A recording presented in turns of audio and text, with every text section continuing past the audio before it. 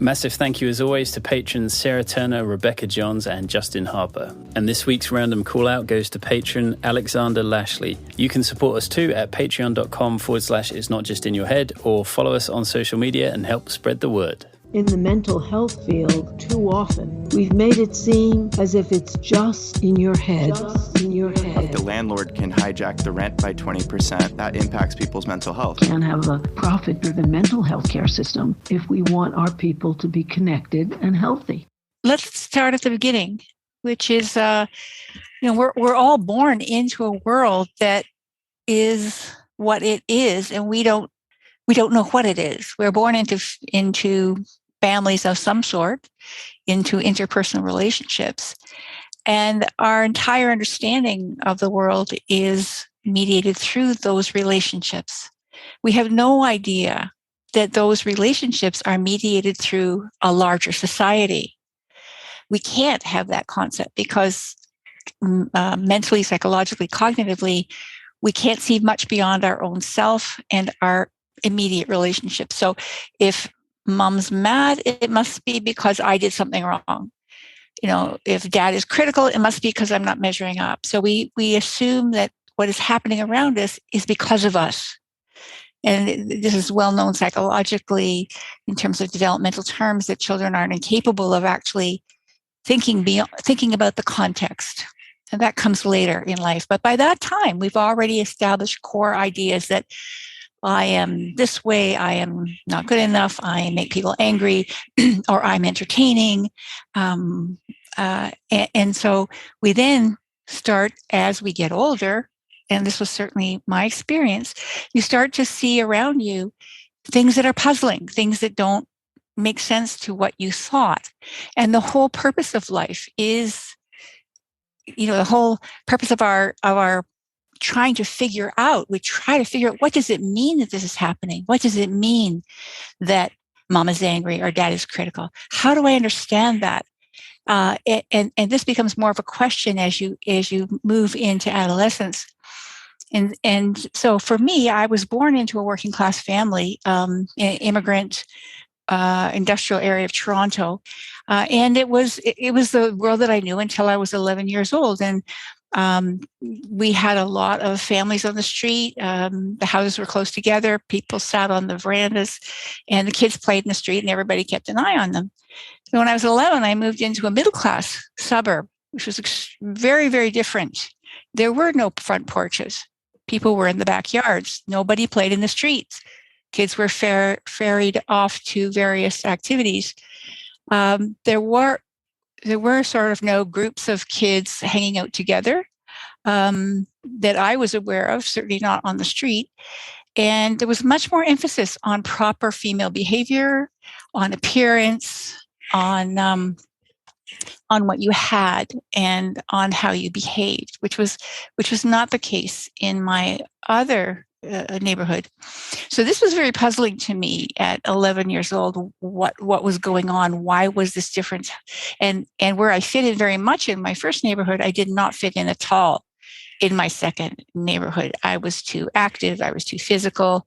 I didn't wear the right clothes. I didn't talk in the right way. And so I felt very much like an outsider. Then, of course, I had an experience let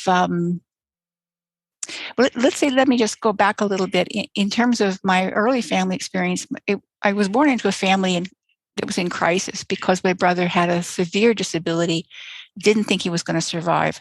The whole family was in crisis.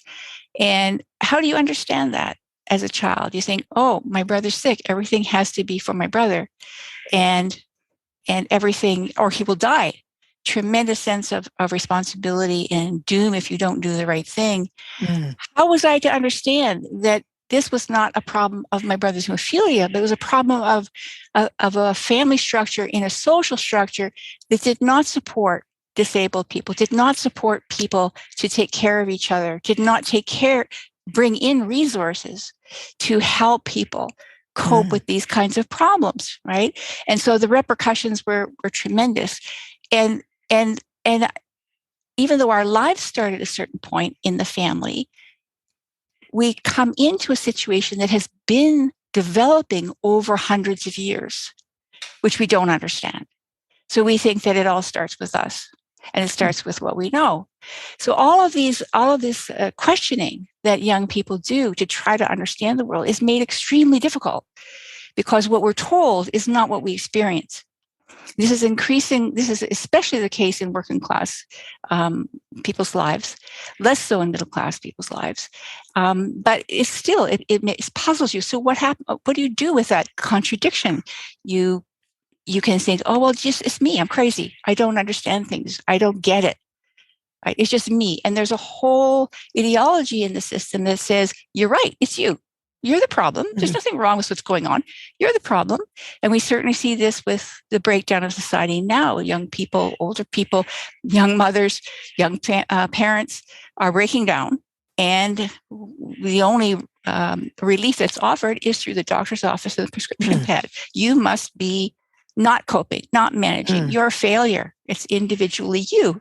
So this goes on to a point, and then you say, well, how can so many people be having this sickness, and how come it started now, and why is it so widespread, and how does that relate to the disasters unfolding around us, right? So there's experience, and then there's the interpretation of experience. And the interpretation is the challenge, because we all experience capitalism. We all experience society, families, relationships. How do we interpret those experiences depends on the ideas that we come across. And the ideas that we come across for the most part in school and the mass media are the ideas that this is just the way it is, and whatever problems exist are because of human nature or human character flaws, laziness, greed, selfishness, psychological explanations, and this doesn't allow any way forward for people to change anything, which leads then to despair and discouragement, and of course, hundreds of thousands of people who kill themselves every year because it's just not livable. So there's a lot of places I could go from there. Can I ask a question? Sure. When you said what we were told is not what we experience, could you give some examples about that? Yes. My family was a family of trade unionists and socialists, and yet the way they behaved was not in any way what they said. Socialism was supposed to be a democratic arrangement where people mattered and they got to make decisions, and they respected each other. And that was not what was happening in my family. There was tremendous misogyny, sexism, homophobia. Yes, it was the 40s, 50s, and 60s, but it seemed like it was just something in their heads and not something that had any reality in terms of interpersonal relationships. And so for me, that was a big cognitive disconnect, because I had been brought up with the idea that there was something fundamentally wrong with capitalism.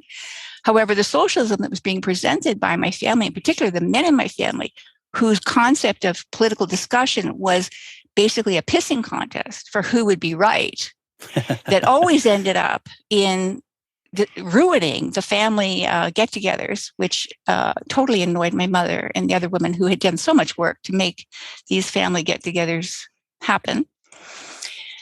So I had to figure out what was that about? How could people say one thing, think one thing, believe one thing, and do something completely contrary to that thing, right?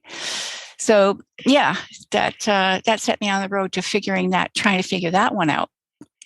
Yeah, I must say that I think as a kid, I joined the dominant political belief of the left that these ideals don't cross the threshold into the family household, that they're for the outer world, not the everyday world of personal relationships in the household. Exactly. And so this was why I devoted so much of my life to trying to figure out how capitalist social relations are reflected in and perpetuated in the family. And I've done a lot of writing about that. So I think that line, which you describe, Harriet, very well, is actually a figment. It's a fiction. It doesn't exist. Capitalism is a system of social relationships. Yeah. All of our relationships at every moment of every day of our entire lives are shaped by capitalism. Yeah, that's interesting, because also I think that it's only now with new Marxism or non-essentialist Marxism that they can see that who produces, who labors, who gets the benefit is the basic question, whether it's emotional labor in the household or domestic labor in the household or labor outside of the household.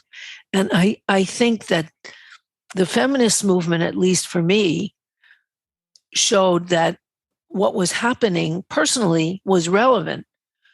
But before that, I wouldn't have thought so. And I think it was one of the things that turned a lot of women off of the social world because it didn't apply to us. Yes, And yes. That was also my experience. The where the trouble came in, or the where it became complicated and difficult, is that the personal is political in a sense that it's shaped by the political. However, somehow it got turned around that we can change the political through our individual personal relationships, and that is the primary focus of political work, is to have correct personal relationships. This was, in my experience, this was a middle class ideology that sort of superseded the drive to actually make real gains for all women, like abortion rights, like the right to equal pay, maternity leave, daycares, and so forth. It got reduced to ideology and what we now see as identity politics and sort of lifestyleism. Yeah, I think so too.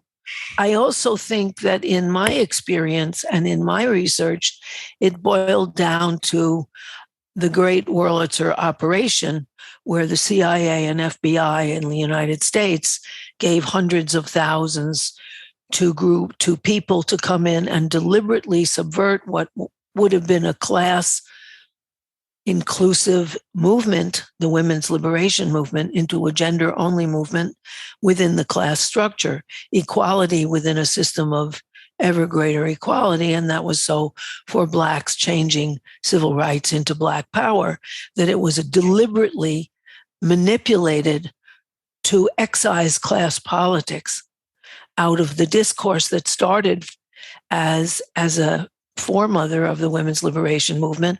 We felt that as the bottom, if women all rose up together, we would change capitalism as well as sexism. But we were very naive and didn't see that Gloria Steinem, the great hero who gave us a magazine with no ads, we didn't see who's paying for it. We didn't have that awareness. We were just celebrating, and our movement was deliberately subverted, as the Black movement was. So I think it's no accident that this happened, and that descent into identity politics divided us and excised a class element that's crucial to unite people. Can I ask a question, or just sort of put it to you? There's a documentary by Adam Curtis where he sort of makes that same observation of the political and personal, and this idea that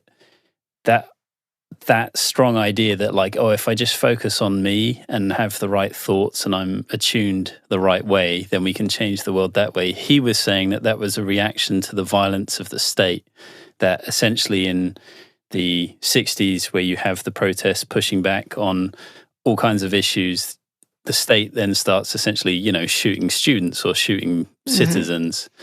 And that becomes the point at which there's a retreat. And there's this sort of self-stroking idea where you're just like, well, maybe if I just focus on me, then that will be the answer. But actually, it's sort of a reaction. It comes from a place of fear, because, you don't want to be hopeless, because when you see state violence enacted on its citizens, it's Scary. Scary. And so Right. instead of being like completely helpless and just saying, well, I can't do anything, I might as well kill myself, instead you essentially turn to this other idea. Does that have traction? Yeah, Is that true? we create personal bubbles that we can survive in and justify them in whatever means. I don't think anybody truly believes that will change the world. Although I have actually met some people. One person told me that me being angry was contributing to the world being the way it is because anger was the cause of all the problems. And if people would stop being angry, then we'd be okay. The complete absence of any context. Right. The problem, I think the reason why the upsurge of the 60s, 70s was defeated certainly by state violence. That was one of the factors.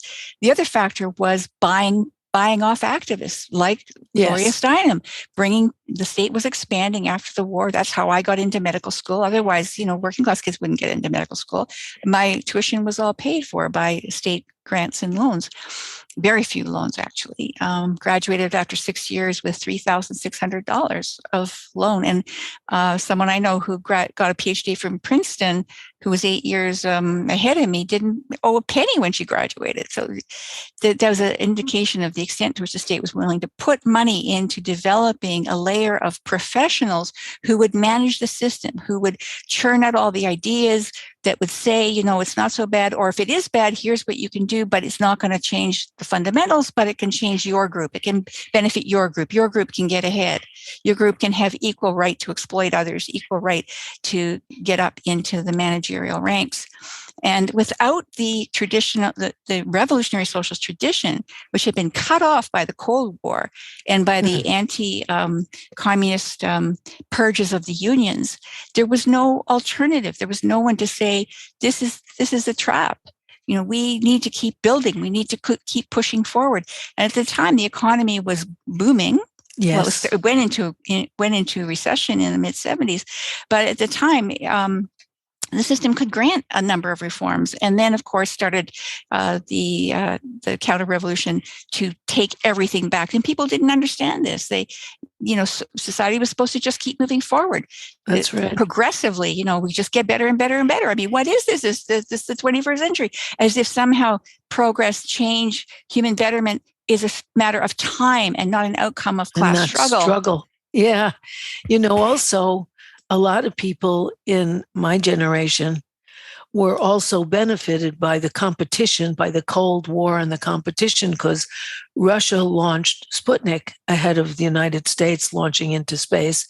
And so the National Defense Education Act gave out a lot of money. I mean, most of the leftists that were active with me had National Defense Education Act fellowships, as I did. So we were paid a stipend to go to school, and our tuition was all paid. And so we graduated without debt and with making a modest amount of money the whole time. Mm-hmm. But once Russia was no longer considered ahead of us technologically, that well dried. Well, I think that the system went into a prolonged crisis after in the 70s, 80s, and 90s. I mean, it revived with the computer and digital revolution, but it's been in a slow decline in terms of the falling rate of profit ever since. So what do? People are rebelling. They don't want to give them reforms because where does that end, right? It doesn't end. Right. You give people a higher wage, and then they think, hey, well, maybe we're worth more than that. After all, look at how much money the boss has. So they don't want to open that can of worms by giving workers anything more than the absolute minimum required to survive. And about 80% of Americans are in debt, and most die in debt. Yep. So it's like the idea that people won't work if they have anything above subsistence. Well, certainly they wouldn't work for the capitalists, but of course people would work.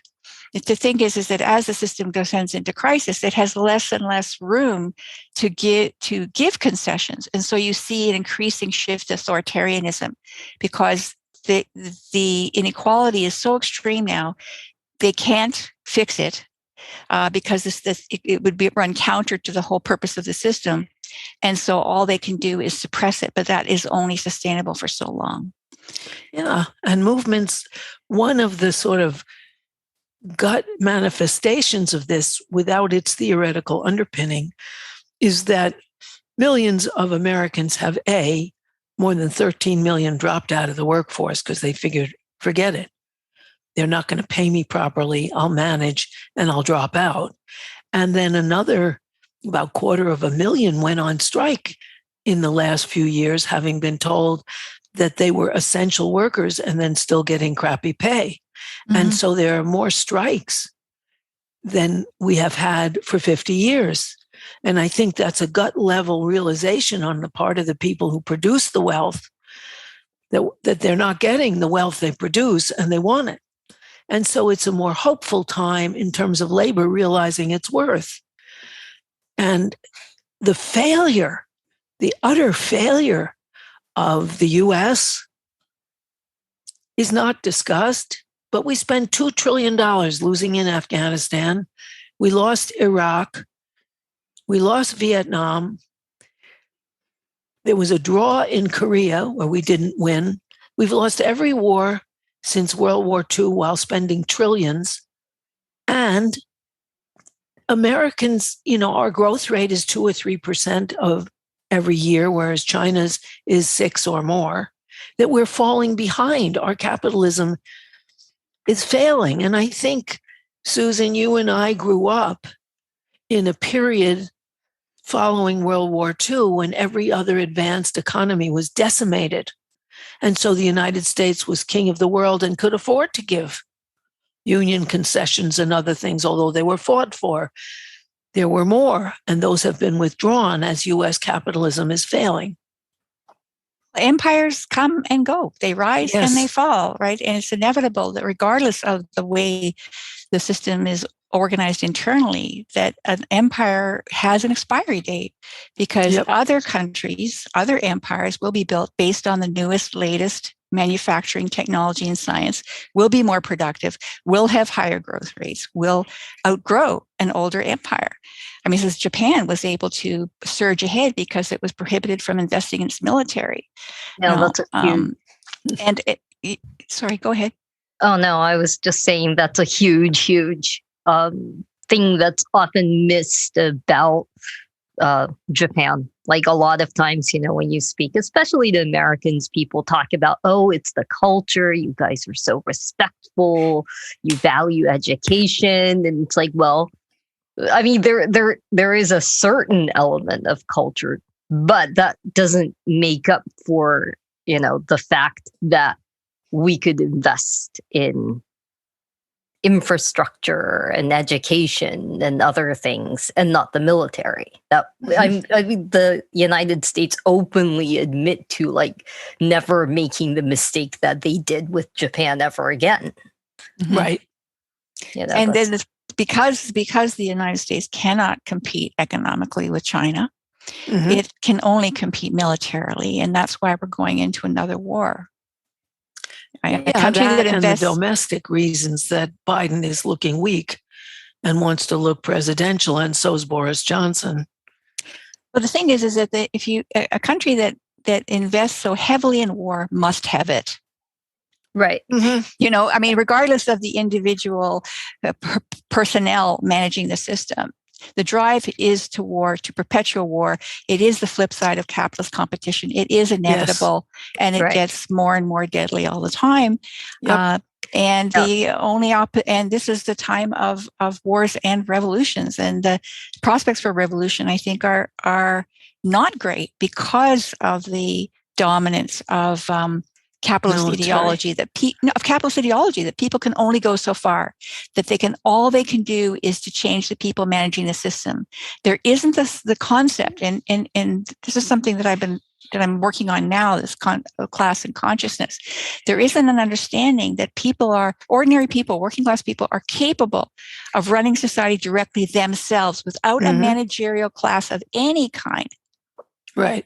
And I think that is the line that separates people who are for socialism and people who are for some variation of capitalism or a management system where the people who do the work don't make the decisions. I think that's one of the reasons that co-ops are getting more and more popular in the United States. That Jackson, Mississippi is run by Cooperation Jackson, and Humboldt, California is Cooperation Humboldt, and that places all over the place are starting to want co-ops because the capitalist model has failed. Well, it hasn't failed, Harriet. I think it's been immensely successful for what it's designed to do, right? Capitalism is not failing at all. I can't imagine any other system in which you could accumulate so much wealth in so few hands. That's what it's designed to do. People say it's a broken system. I say it's not a broken system. It's a system that breaks human beings. It doesn't meet human needs. Absolutely fails on that count. That's doesn't what I mean. meet human needs. But it was never set up. It's not set up to do that. It never has been set up to do that, and it will never do that. No, but you have to buy off enough of the population to go along with it. And in the United States, they accomplished that for a while. And now they don't want to. And so it is failing. More young people in the United States under 30 think socialism is a superior system than capitalism. And I think that's because their future is over. Whereas when I was younger, everyone could get a job. If you were Black, you didn't get as good a job, but everybody had a job. And that isn't any longer the case. It doesn't deliver to the mass of people. And there used to be some extras for the mass of people. Oh, like yeah, you went to school, I did too. It used to be that every generation was believed that the next generation would do better. I mean, that's why they sacrifice. That's why they work hard. They want their kids to have a better life. And actually, my kids do not have the standard of living that I was able to achieve, and their kids absolutely not. So we see that society is not progressing in human terms, but that we are degenerating down to a level where work is miserable. People don't have choices. They're barely managing. They're in debt from cradle to grave. They see no future. It doesn't mean that they see an alternative. This is the problem. That's the problem in the US. That's the problem. And as long as that's the case, capitalism will continue on its merry way. That's right, because we don't have a mass vital socialist party, which we would need as a present alternative. Even countries like France or Germany, at the newsstand, there's a couple, there's communist newspapers, there's socialist newspapers, not in the United States. And we have two parties in our election, both capitalist parties, which is, our electorate are really limited in what they are exposed to. That's true, but do you think the outcome Europe is also seeing a pretty steep decline in a lot of ways, similar to the United States as well, that, I don't think necessarily having minor parties and access to information is going to necessarily change a huge dominant system. I would agree with that. And this is why I've gotten involved in Justice for Workers, because one of the reasons why the labor movement is so lame at the moment in terms of a low proportion of workers in it, and inability to stop two-tier contracts, inability to stop concession contracts, inability to raise wages above inflation. Even the workers have gone out and fought heroically. Their unions constantly settle for very little because they're not willing to challenge the way things are. And so people think, oh, well, how can we ever go forward? The important thing that I came to realize recently is that the labor movement is much, much bigger than the unions. The labor movement includes the entire working class.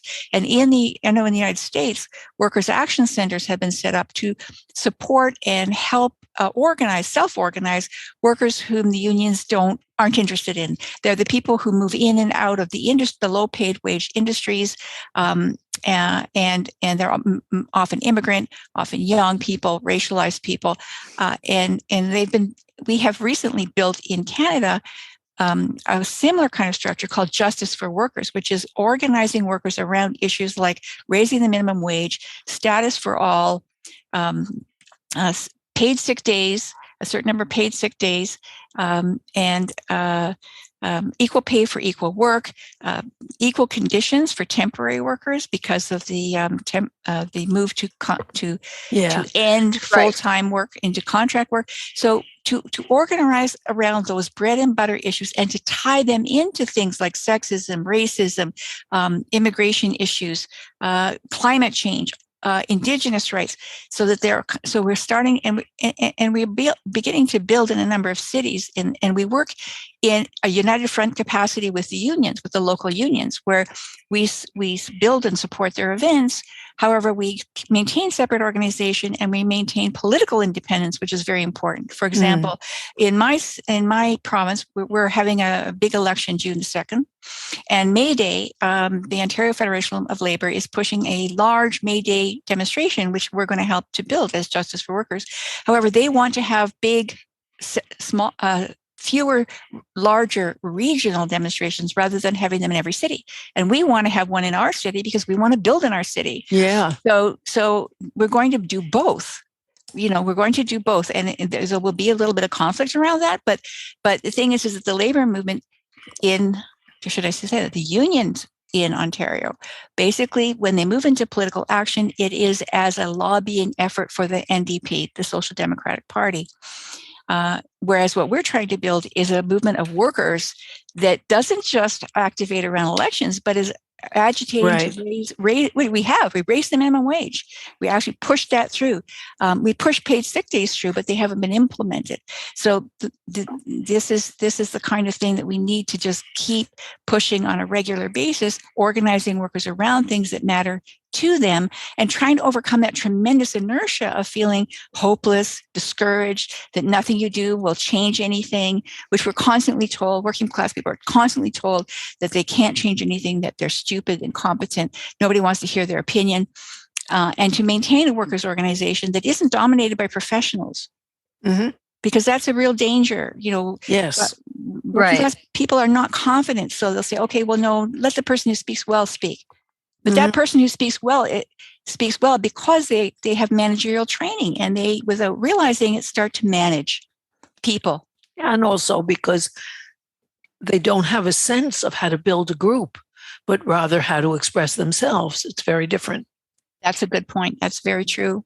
Yeah. Also, the United States labor movement is so compromised that a lot of the vital unionizing efforts are outside of the AFL-CIO.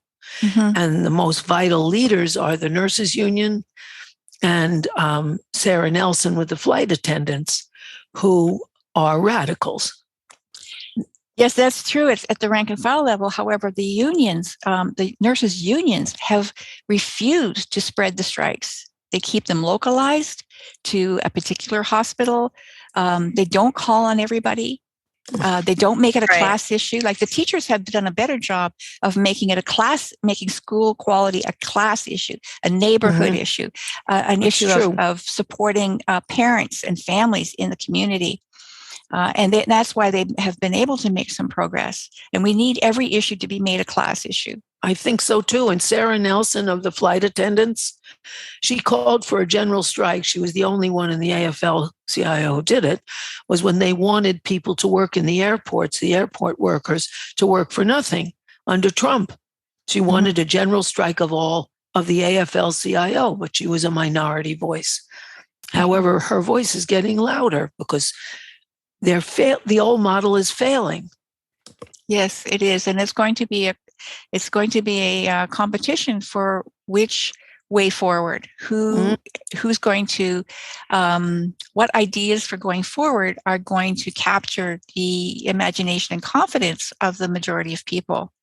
And the media won't support us in the United States, so it has to be a different way of communicating on the internet and so on, because the media is usually anti-union and is certainly compromised by staying within the ideology, capitalist ideology.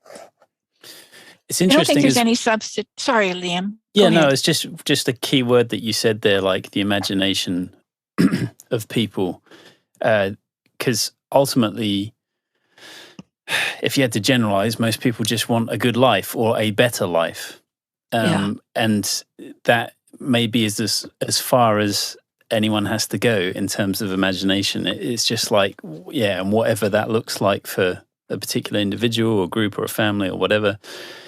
And so I assume that with the justice for workers stuff, that part of sort of aligning together requires listening to people and sort of understanding what they're going through first, because a lot of the time I think with a lot of stuff that I read or watch in essentially leftist space, there's sometimes this idea of how do we get people to do things? How do we get them to think like us, or whatever particular way you want to phrase it?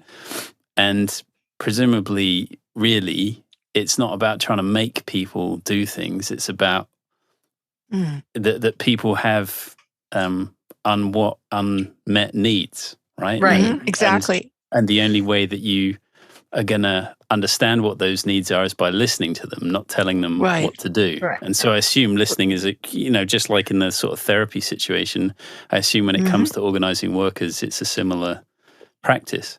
No, I yes and no. Yes, we have to listen to people's experience. Absolutely. However, what really matters is what you do. Actions speak louder than words. If you're out there fighting to raise the minimum wage, that makes sense to workers. If you want equal pay, sick days, all of the things that we're fighting for, that makes sense. And then when you start to organize around these things, you start to have obstacles, of course, to what you're doing. And then you have to explain those obstacles. And that's where the politics come in. Why is it that the politicians say they agree with us, but they never raise those things when they're campaigning, and then they don't hold to them when they're elected? So that gets into a discussion of what the electoral system is about, what the capitalist system is about, why people are paid minimum wage, what the myths are around raising the minimum wage. It doesn't raise prices. It doesn't kill jobs, right? So the politics comes out of the collective experience of struggling for a better life. That's a conclusion that I've come to, theoretically, personally, politically, and that's why I'm involved with Justice for Workers, because I think that is the way forward. But workers have to have enough of a collective sense to have those struggles for us to support. Well, and they do. It starts by somebody saying, let's organize around this. And who's with me? And where can we find a third and a fourth? And that's what we're doing in my city, right? We started with 2 people. Now we have 10 in 1 month. So, you build, we put out hundreds of leaflets, hundreds of posters. We're having a Know Your Rights at Work meeting, how to talk to your MP, go in groups, how to ambush them and hold their feet to the fire. Right? It's just in those collectives, the things that you can do based on how many people you have, give people a sense that you can stand up, you can speak up, you can ask for more, and there are other people who got your back. That's a tremendous shift in people's consciousness. It raises hope that of possibilities. It does, because there has to be, people don't come up alone, but if other people reach out to them, they can come out.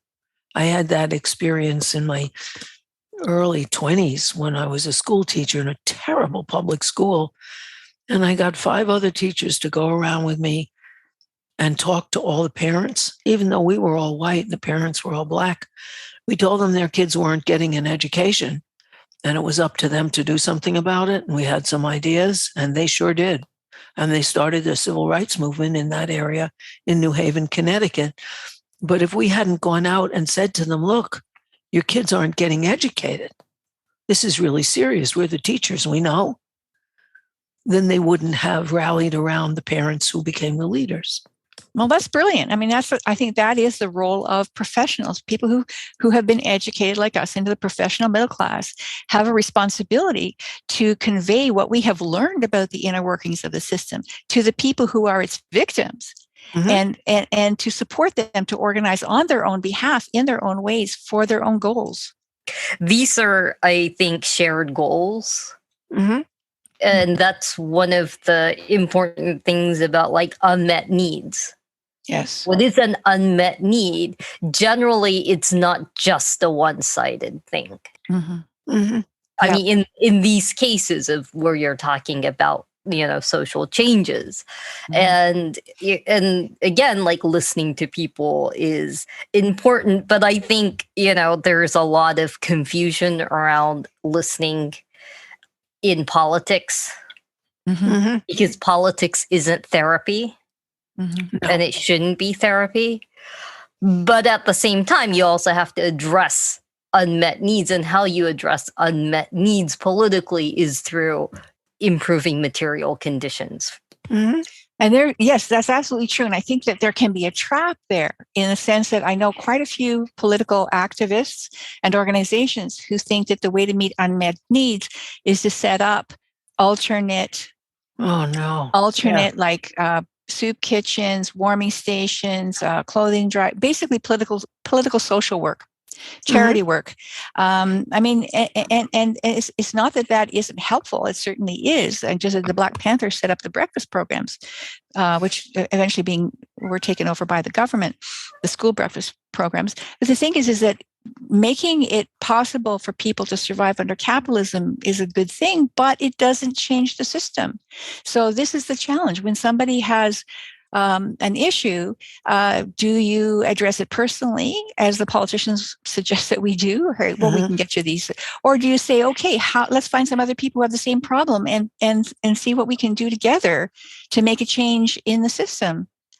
Exactly. That's one of the things that weakened the women's liberation movement, because instead of trying to get all women together as a bloc to vote for change and to see themselves as part of a socialist alternative, we were encouraged, and many, many women sapped the energy of our movement till it really became defanged by instead setting up our own battered women's shelters, our own rape crisis centers, our own clinics, our own little schools, which sapped our political energy from changing the system that should have provided all those things. And that is a trap. Yes, yes. And that reminds me of when I was a kid. I would go out, my parents insisted that when I went out on Halloween that I had a jar to collect for UNICEF, United Nations International Children's Emergency Fund. And so I did. I collected quarters, nickels, dimes for that.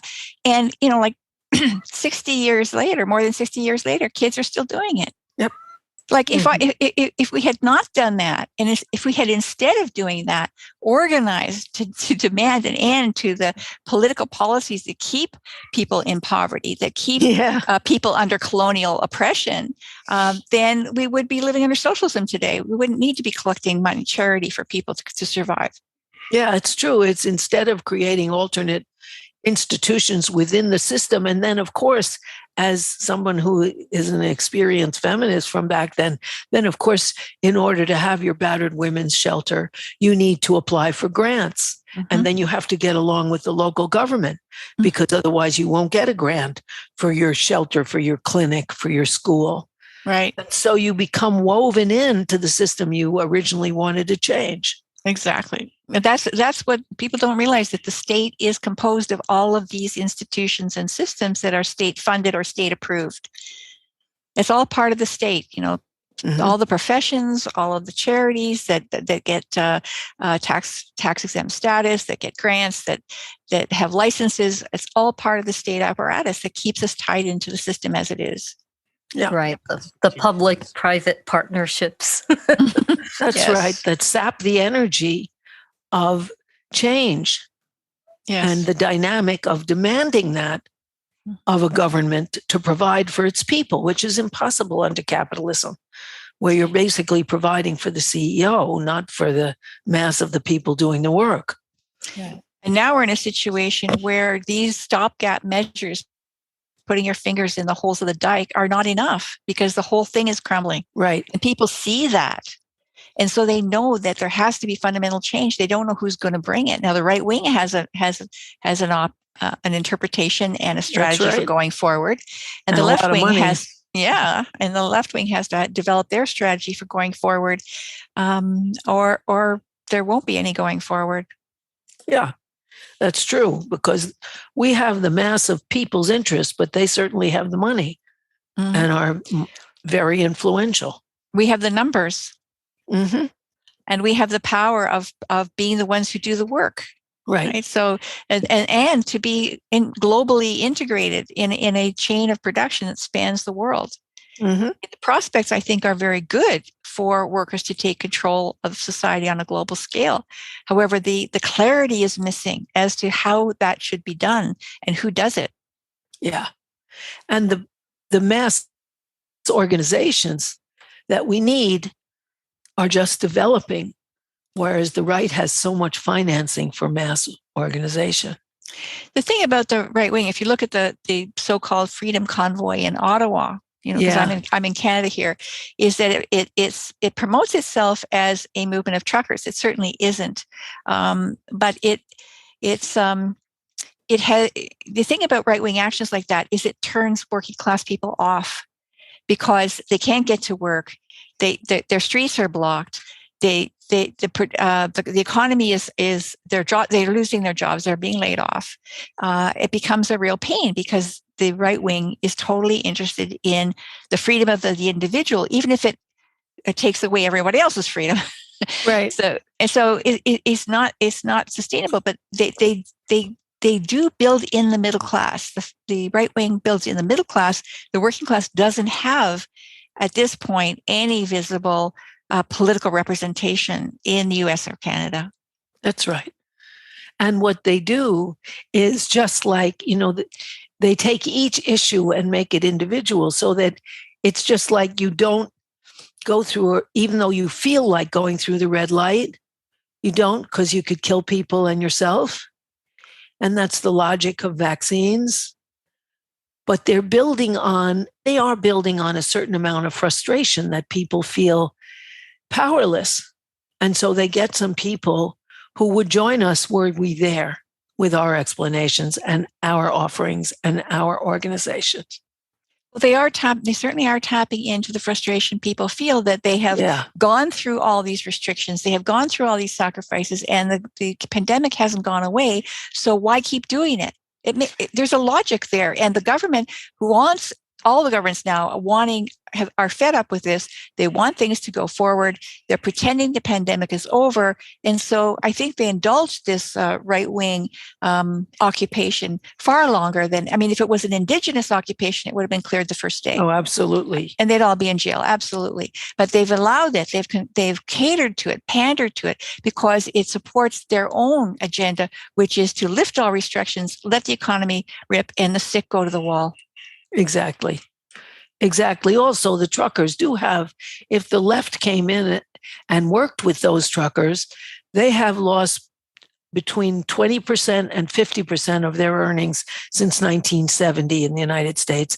And the Teamsters, which was once a very militant union, has been demolished, and so that they are in a terrible economic position. And if people are angry, the left should be there helping them see what are some other issues that are not individual rights, and celebrating that truckers can get together, but not for this particular. They aren't truckers. That's a misconception. They really aren't. They are owners. Who are they? They are owners. Do you know any trucker who could spend 3 weeks without getting paid? No. They don't represent the working class. They don't represent truckers in general, most of whom are vaccinated.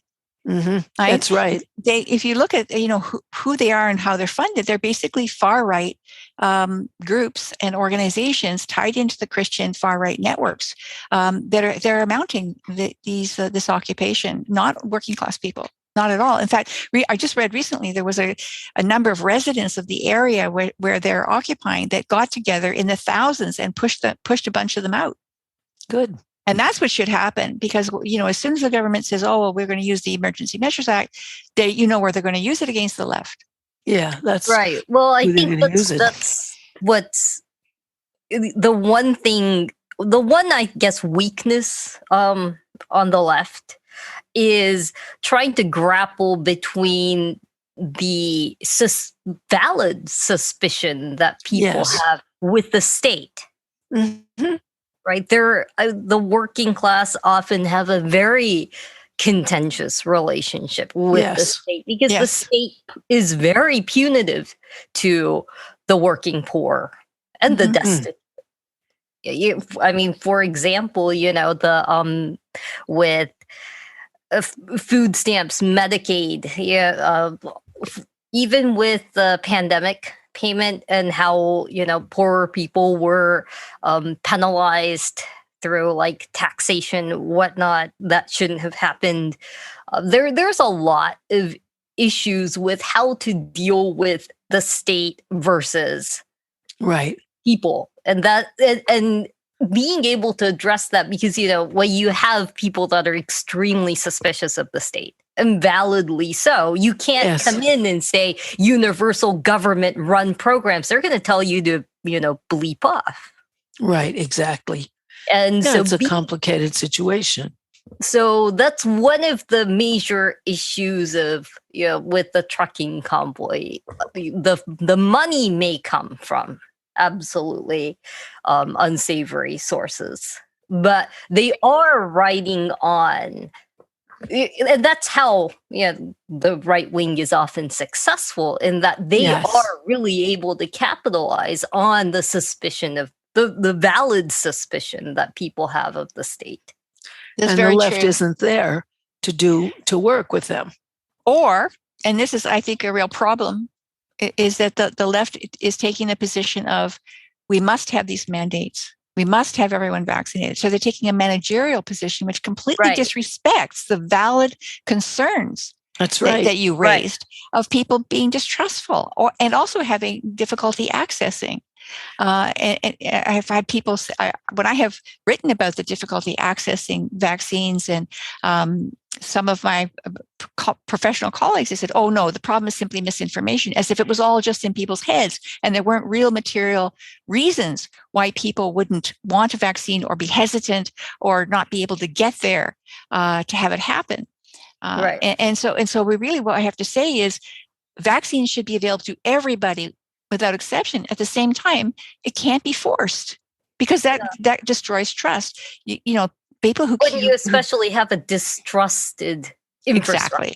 Exactly. Right. Because exactly.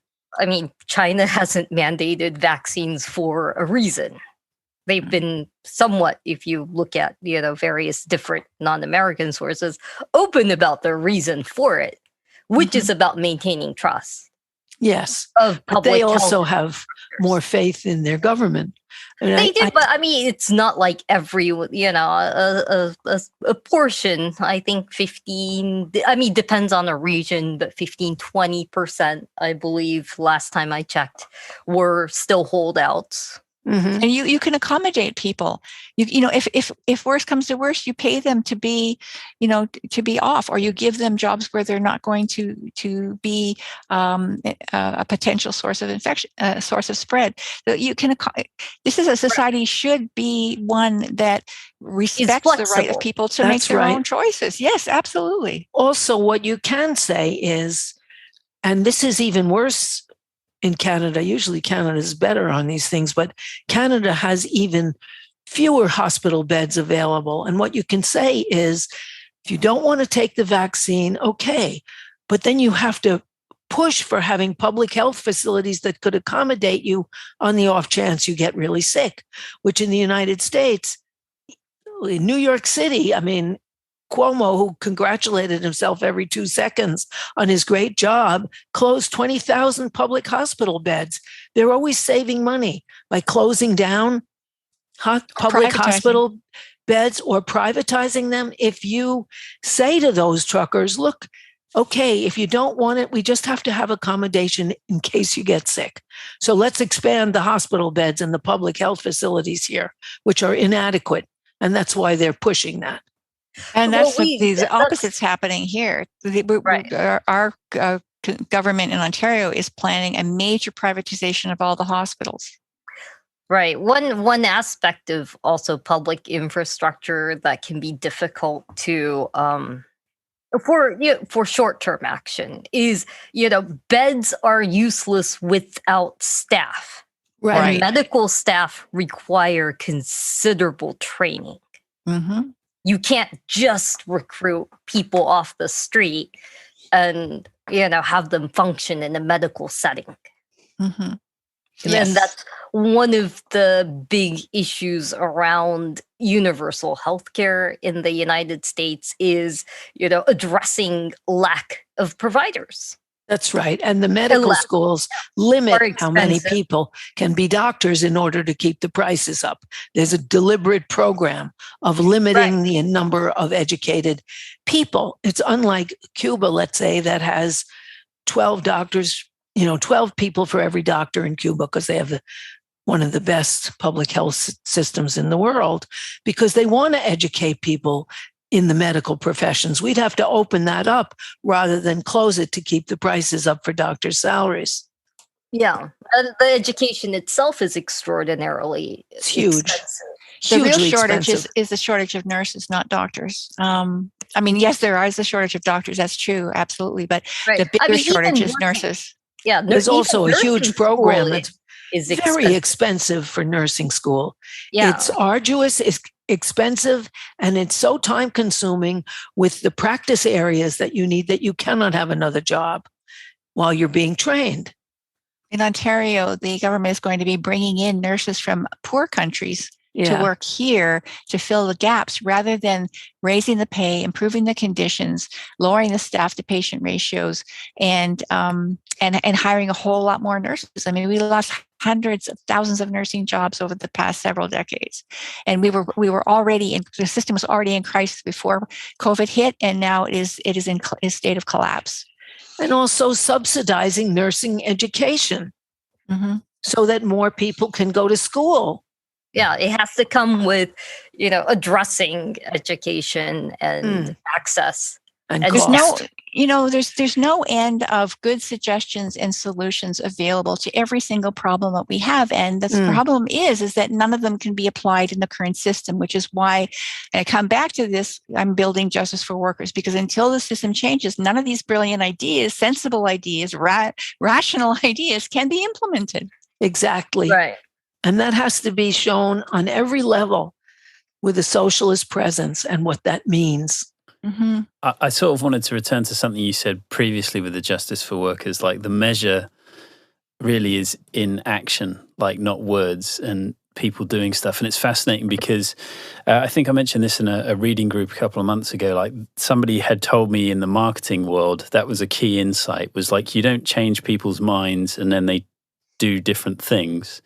You have to get people to do different things first, I guess, like, a free trial with XYZ service, and then they change, then their minds are changed. Do you see what I mean? They have to do something first and then their minds are changed. So it's really interesting you saying on the ground, essentially that's what it is that you have to people have to, for I guess their own reasons, sort of want to do something, and then if they're influencing other friends or work colleagues through that, at least that first action of doing something, that bit then opens up possibilities for further conversations.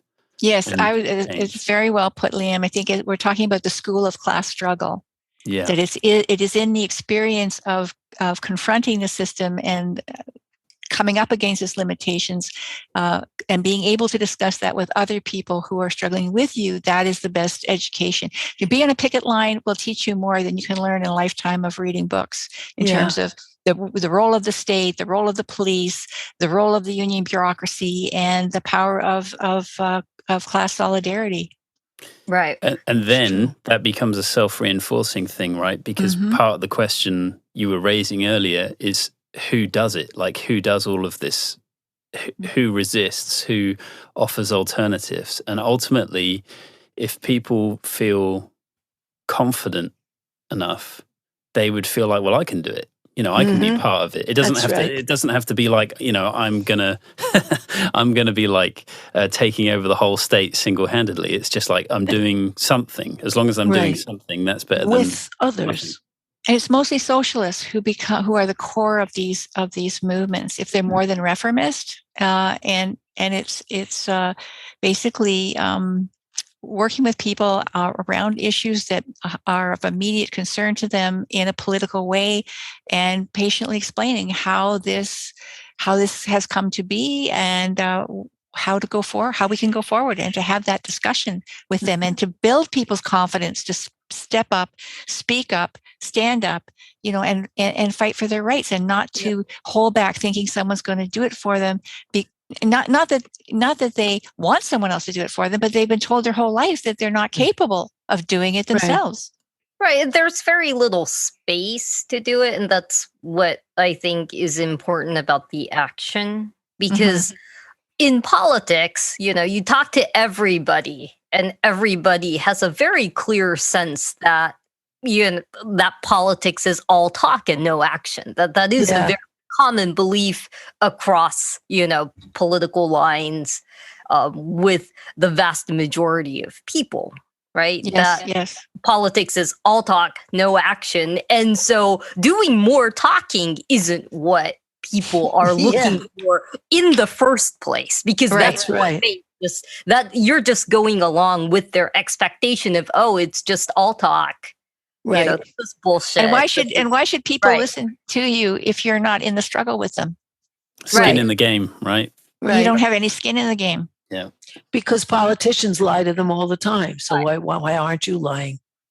Yep. And that's why actions speak louder than words. And action also gives people the place to, because again, also like a lot of the talking environment is being talked to, not talked with. Talked at. Talked at, right? Right. Versus an action space is a lot more dynamic and has an element of engagement inherent in the space, a lot more than a talking space. So there's a lot with the talking versus action that is about trying to give people the space, and also allowing to people to go beyond the expectations of just, this is all talk. But I think what's come down to it is that actions speak louder than words, and we belong to a profession that's all words. Yeah. So I mean, that's just it. That's an indication that consciousness isn't determined by what you do. That you can choose to see things differently from the way you've been taught and from the way that you've worked. You can choose differently, and we all can choose differently if we're working together and figuring out how to go forward together, because it's got to be all of us or none of us.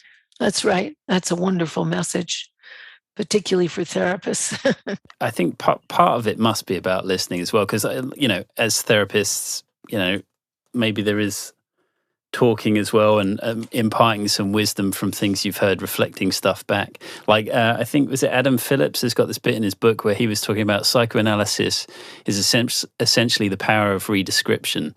And that really hit me as kind of quite profound. It's just you rearrange the words and it means something else, or it can be sort of more potent. But I assume a big part of all of this stuff is about listening as well. It's not just talking. I think it's also about understanding, interpreting, because, that's the challenge. It's been my lifelong challenge to make sense of this crazy world, because it's either I make sense of it or I'm crazy. It makes me crazy, right?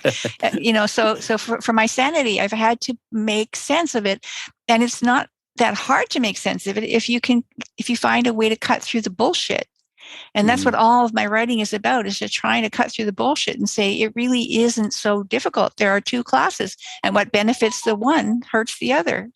And the birth of the one, the capitalist class, is by sucking the blood of the workers. That's exploiting them. Otherwise, they wouldn't be capitalists. There's no point in hiring you unless they're getting more from you than they're giving you. That's the basic premise. And that's pretty crappy. So, but people don't recognize it because it's not out there. However, on the picket lines, we can explain. And even when we do recognize it, what do they do about it? Yep. Yeah. And I think, the part that Liam is talking about in terms of listening is also, the part of the listening is how you prioritize what you work on. Because if you're not working on the issue that, the people that is being organized find to be the most important, it doesn't, at the end of the day, as an organizer, necessarily, matter what you feel is the most important. Mm-hmm. Always, it can't be that one directional. This is what I think is important, and I'm going to organize around this. There has to be some kind of dynamic exchange of like, oh wait, this is actually a much more key immediate need right now that I need to reroute my focus to and organize people around this, because that's what they're going to be most Right. active and actionable. Yeah, that actually sums up my trajectory in terms of how I came. Justice for Workers landed in my lap, and it was like it was what I've been waiting for, a way to engage in real struggle with people around important issues, life and death issues, and where the need for understanding what's happening is just so critical. So I've just really been much happier since I've been involved as an organizer. Yes, it's very hard work at the beginning, very, very slow just to get that first core of people. It can take a lot of work, a lot of slogging, and easy to get discouraged, but there is no alternative. Yeah, it's really interesting because a couple of months ago, we had Ian Parker, who's co-author of Psychoanalysis and Revolution, a book. And one of the things that he said is that psychoanalysis ends with political action. Now, obviously, it's not dogmatic. He's ultimately he just wants people to feel better or get better, really. But it was sort of a very provocative idea, and certainly from listening to various people on this podcast and in the reading group and stuff like that, it has become apparent that a huge amount of meaning and happiness to some degree comes from being involved in that stuff. And I know that the podcast sort of sits in this sort of floating place between sort of talking about these things and being sort of attached to action. But ultimately, the medium is the message, or, we are all just chatterboxes in the context of the podcast, right? Yeah, I've come to see my work as a psychotherapist and my teaching of psychotherapists as a huge diversion from actually changing anything. Interesting. Well, I do see my work as a psychotherapist and hypnotherapist as changing people to the point where they can be active and they have the confidence, because otherwise they're just all curled into themselves. Depression is very self-centered. Yeah, I keep thinking of that, of the anecdote that Colin Barker talked about when during the uprising in Poland, 1982, Solidarność, the 10 million people in Poland joined this one union, Solidarity. And, it was really massive. And it basically ended up replacing the military dictatorship with an elected government. But in the process of the building of the mass demonstrations, one of the doctors noticed that his working class patients were leaving the hospital and their beds were being filled with sick bureaucrats. That's cute. That's amazing. I definitely have actually another question, if you have the time, but if you don't, it's fine. We can just. It's okay. Go ahead. Well, it's that idea of ideas versus action, and that is where the rubber hits the road, and that seeing that in your family, and then presumably, like you say, a lifetime of being a therapist and talking to people, seeing a difference between maybe people knowing, oh yeah, I do this and it's sort of bad, but I keep doing it, I don't really know why, etc. Like, what is that? Because it's inherently human, right? That this is one of the things that John Bales talked about a couple of weeks ago. He's sort of referencing Slavoj Žižek's idea of ideology, which is that there's things that we say and there's things that we do, and in that gap is ideology. And yeah, what is, it's yeah, do you have any sort of thoughts on the gap, as it were? Well, I would say that the experience of people's experience of their life and their world is very different from the way they're told it is. And so I think that is where the root of the contradiction is, in the class conflict. the need for the capitalist class to convince us that what we're experiencing means something different than what we think it means. So we're always at odds. But I don't think it's ideas versus action. I think it's ideas that are shaped by and through and in the process of action that have the most power. Ideas that are separated from action become, as you said earlier, I think, self-stimulating, and really don't go anywhere except among small groups of people who like that kind of bubble. But when ideas that are hooked into action can be very powerful. They sure are. Yeah, I remember my brother was a chief shop steward at Toronto General Hospital during the 1982 hospital strike, and one of the ways that he one of the reasons he got elected as chief shop steward is because whenever there was an issue, he didn't just file a grievance. He got a whole bunch of workers together who shared that issue, and they would all go together to the manager's office, and they wouldn't leave until it was fixed. Yeah. Right. And so people had the sense that this was somebody who really listened to them, took them seriously, organized them to get a better deal. Yep. And so they were more open to his ideas about what needed to happen and why it wasn't happening and what the obstacles were and how they could push through them. Because he showed them the solidarity and what their solidarity could accomplish. Exactly. That's a wonderful story. It's also one of those things, I think, what you just said earlier about the idea that professionals have a responsibility to push for something better. And I think mainly because potentially they have the time. If you are truly sort of, what's the category, working poor, where you just don't have any time to do anything except survive. Yeah. What way is there? It has to be someone with a bit more time and resources. Yes, that's true. That's true. And I think I just was reading a Pew study about how a good number of people don't discuss politics, aren't interested in politics, don't pursue information because they're a variety of reasons. But one of the reasons is that they're just fully engaged trying to survive. Right? And so the only thing that they're going to listen to is something that's going to help them make a difference, an improvement in their own lives. And we'd have to show that this does. But we'd have to help them organize to make it happen. And you need something that is sort of the carrot on the stick as well. Like whatever a better life looks like, or a good life, that has to be desirable and fun. Like, I think at worst, the left can be seen as sort of moral finger waving, and the right don't have to worry about morality. The right doesn't have to worry about morality. It's that the right has one thing about the right that I think the left has a harder time with is the right gives a very sense of, because their culture is based on morality, right? But there is what is a strength for the right is that they're like, oh, but we forgive our own for the transgressions. You are protected, even if you may not be moral, if you're one of us. Yeah, that's true. I think the left does the same thing. I think the left is completely infected with moralism, which goes along with managerialism.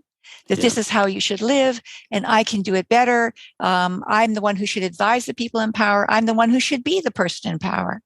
But they don't give the sense of protection nearly as much. No, that's the appeal of the right, is that they do give a sense of protection in a way that the left doesn't necessarily. It's a difficult conversation when we say left, because the left is such a span of wide, a spectrum is different. For me, I can be an organizer for justice for workers partly because I'm retired. I have time. I have resources. I don't have to spend every waking hour trying to figure out how I'm going to pay my bills. So I have the time to put in the work that other people don't have. So that's true. And that is something that I should be doing with that extra time and those resources, because the resources that I have are ones that ultimately came from the working class and were given to me by the capitalist class in order to manage their system for them. So Mhm. now what to me, giving back means, hey, it's time that the workers got the benefit of my expertise and my experience. Right. It's a good way to see it. Yeah, I mean, there's definitely a flip side, which is that all our ancestors collectively worked very hard for hundreds of years, whatever, under crap conditions, and so if you're where you are now, it's like put your feet up, like your ancestors would like clap. They'd be like, finally some rest. So there's definitely different ways of sort of interpreting what the right thing is to do. But I just think that where I'm coming from with the sort of morality thing is more from like a sense of fun. Like if you look at some of the culture wars stuff that happens now with, there's all this stuff recently about Joe Rogan, and it's like, for the loyal followers of Joe Rogan, like he's just a fun guy, and they enjoy, that they enjoy it, and enjoyment is obviously a huge subject anyway. But the point being is that I think that there is something which says being right wing is sort of not giving a fuck about things and just having a good time, and being left wing is sort of moralizing and worrying about a bunch of shit you can't change. Yeah. And so well, that's definitely that there's that impression. I don't think the appeal of Joe Rogan is just that he is fun. Most people that I talk to aren't, party adherents of any political party. They're often swing voters.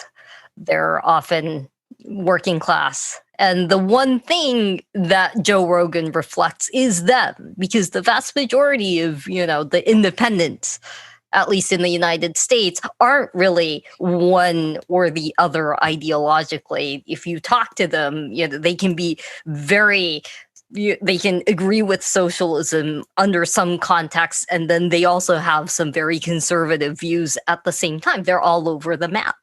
That's why John Bales was quite interesting to talk to, because through entertainment, through video games, he sort of identified 4 archetypes, or sort of 4 political identities in some ways that don't fit into that left and right category at all. Right. They are much more broader.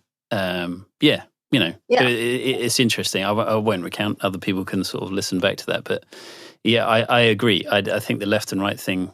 Oh, sorry, Susan, you have to go. Sorry.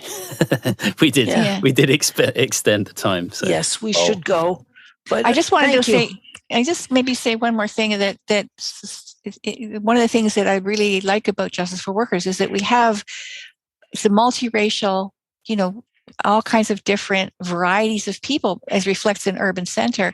And this is where a lot of the racism and sexism breaks down, because you're working with people who have the same goals you do, who are fighting for what's important to you.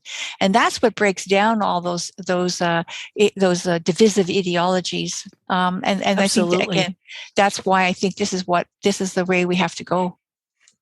Brilliant. But I do have to go, and the very fascinating conversation. We all have to go.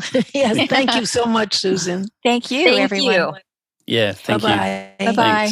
By the way, listeners, if you have enjoyed anything you've heard Harriet say in this program, you will definitely enjoy Capitalism Hits Home, which is a solo program that Harriet does through Democracy at Work, which is a worker-owned cooperative that produces other great programs such as Economic Update with Richard Wolff and the Anti-Capitalist Chronicles with David Harvey. I can't recommend enough that everyone also listen to Capitalism Hits Home if you enjoy It's Not Just in Your Head. Capitalism Hits Home is a sort of broader overhead view. It explores the way that capitalism shapes our personal lives, our psyches, our relationships, our families, and it looks particularly at the sea change in American personal life, as all Americans, but the top 10 or 20% of Americans, have our security and our chance for a future become as precarious as it always was for minorities and families headed by women. It's not just in your head, and Capitalism Hits Home are definitely complementary. And if listeners would like to check out Capitalism Hits Home, Harriet, where should they go to find it? Either on YouTube or Democracy at Work or on my own website, harrietfraud.com.